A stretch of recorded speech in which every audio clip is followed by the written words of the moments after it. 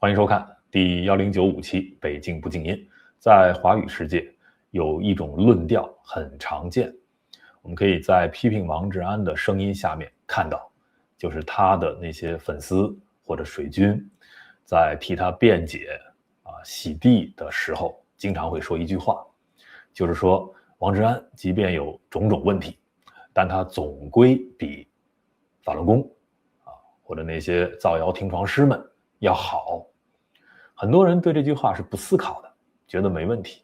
那我今天想做这一期北京解构节目，就是想详细的分析给你们听，这句话是错的，而且恰恰相反，王志安比法轮功要恶劣。那我想先提个醒那些看了标题就进来骂我的王志安的极端粉丝们，我必须告诉你们我不是法轮功，而且在华语世界，我对法轮功的批评比王志安要深刻得多你可以去找我往期节目自己去听。所以我认为可能华语世界里我是非常有资格也有义务来做这一期节目，告诉大家这个观念上的错误的。那我们今天呢，借用王志安这两天发的一条推文来当这个分析的工具那有人说了，王志安的油管节目和他的推文是两种截然不同的风格我打个比方，你们可能就能理解了。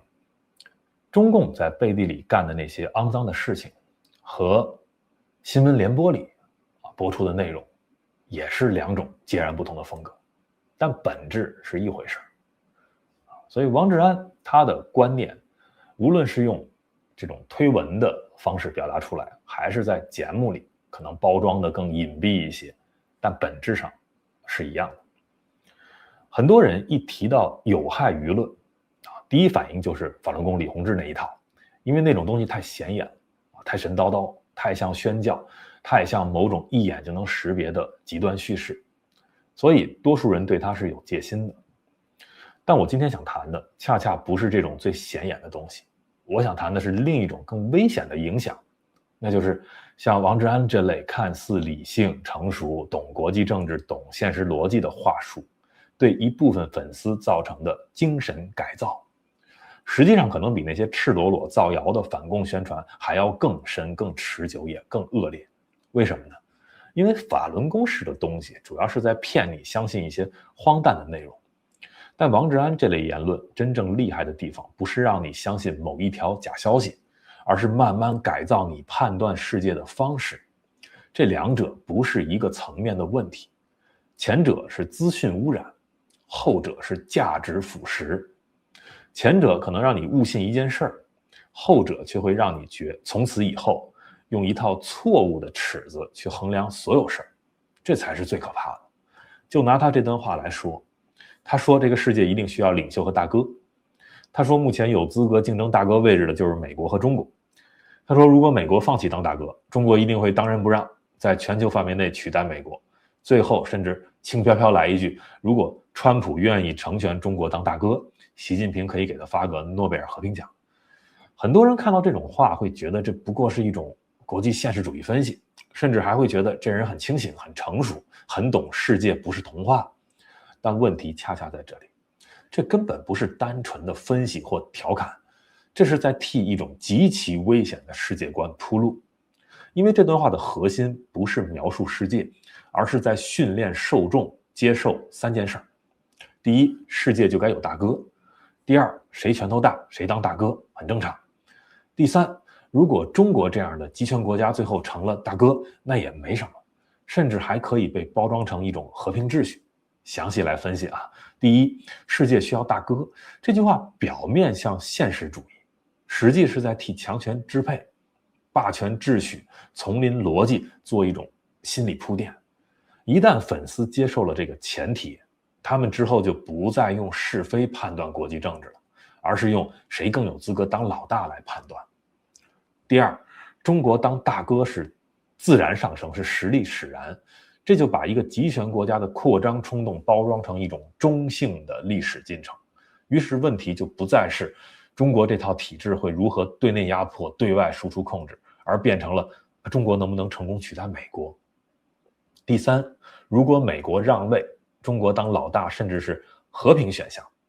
最后那句给川普发个诺贝尔和平奖，就是把一个本质上极其危险的命题说成一种幽默、通透、看透红尘的高级理解。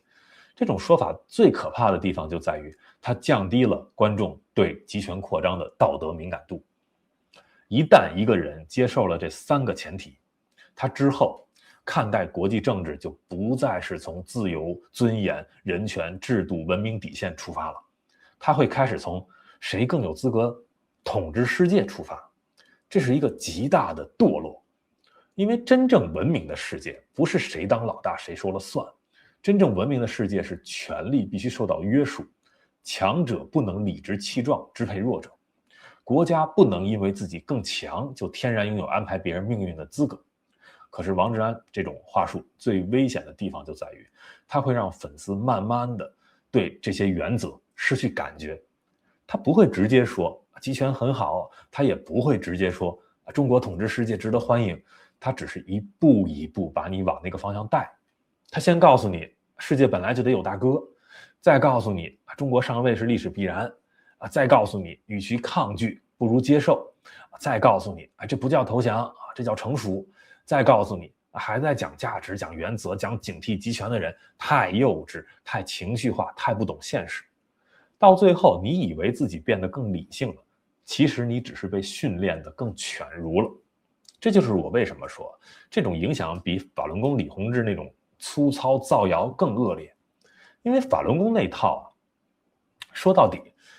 很多人一看就知道不对劲，他的风格太重了，他的痕迹太明显了，他越狂热反而越容易让正常人退后一步，所以很多人对这类东西是有防备的。他们知道那是某种宣教，他们未必信，至少会起戒心。但王志安这种话不一样，他不是靠宗教狂热、末世叙事、离奇阴谋抓住你，他是靠高级感抓住你，靠一种我看得比你远，我比你更成熟，我比你更懂人性，也更懂政治的姿态抓住你。很多他的粉丝会觉得这不是洗脑，这是成熟，这不是投降，这是现实，这不是慕强，这是格局，这不是替中共铺路，这是国际政治常识。于是他们完全不警惕，所以他特别容易腐蚀哪一群人呢？不是最底层最容易被骗的人，恰恰是那些自认理性、自认客观、自认厌恶洗脑的人。这群人往往最看不起神神叨叨的宣传，他们对粗暴洗脑是有免疫力的，但他们对那种披着分析现实、格局、冷静外衣的价值降解反而很容易失手。因为这种话会让他们产生一种错觉，觉得自己不是在被带风向，而是在长大。可事实是什么？事实是他们不是长大了，只是开始对强权低头，并且把这种低头误认为清醒。这才是真正的精神驯化，而这种驯化比单纯的假消息更危险。因为假消息总有被拆穿的一天，可一旦一个人的价值坐标被改了，他以后遇到任何事情都会自动往错的方向理解，他会开始崇拜力量，会开始轻视程序，开始嘲笑原则，会开始把受害者的处境看成弱者的宿命，会开始把对集权的警惕视为一种不成熟的情绪反应，会开始觉得谁有航母，谁有产能，谁有资源，谁能罩得住场子，谁就应该安排别人的命运。这不是看透世界，这是把自己活成了丛林逻辑的信徒。更可怕的是，这种影响会自行扩散。法轮功式造谣的扩散往往需要很强的圈层认同，很多人转他自己都心虚。可王志安这种话术不一样，他的粉丝会把这种东西当成思辨，当成成熟，当成不被情绪绑架，于是他们会非常自信地去二次传播。他们会在评论区复述，会在朋友圈转发，会在饭桌上引用，会在直播间里重复，会把这一套话术输送给更多本来对集权还有本能警惕的人。久而久之，社会上就会出现一种特别可怕的氛围，那就是很多人明明没有公开的拥护集权，却已经在精神上提前替集权完成了合法性验证。他们会说世界本来就这样，他们会说谁强谁说了算啊，他们会说民主自由又不能当饭吃，他们会说中国当老大也没什么不好，他们会说小国站队本来就得现实啊，他们会说别老拿价值说事儿，太幼稚。你看这里面没有一句是在直接歌颂暴政，但每一句都在替暴政清路，这才是真正高级的腐蚀。因为他不要求你爱上暴政，他只要求你放弃抵抗暴政。他不要求你赞美集权，他只要求你觉得集权赢了也正常。他不要求你跪，他只要求你现在心里承认自己迟早要跪。一个社会最可怕的不是有人明着替暴政鼓掌，而是越来越多人开始觉得暴政赢也没什么。这种心理一旦形成，抵抗意志就先死了，价值防线也先死了。这就是我想说的关键。王志安这种言论对粉丝造成的最大影响，不是让他们相信某个谣言，而是让他们进入一种精神上的预先投降。这比被假消息骗一次要严重得多，因为一个被谣言骗过的人还可能会醒过来，而一旦把投降当成熟，把慕强当清醒，把屈服当现实的人，往往会失去重新站起来的能力。所以我为什么说这种影响比法轮功和李洪志更恶劣？不是因为它更疯，恰恰相反，是因为它更像正常化；不是因为它更夸张，恰恰相反，是因为它更像分析；不是因为它更容易被识破，恰恰相反，是因为它更容易让人放下戒心。法轮功是信息的问题，常常是真假问题；王志安这类言论的问题，常常是价值坐标问题。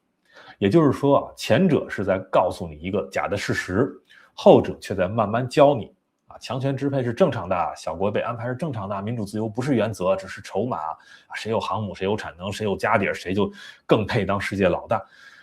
对集权的戒备反而显得是幼稚的。这一切比单纯的假消息更厉害，因为假消息被拆穿后影响可能会消退，但一个人的判断框架被换掉之后，他以后看所有的问题都会歪，这才是更深的污染。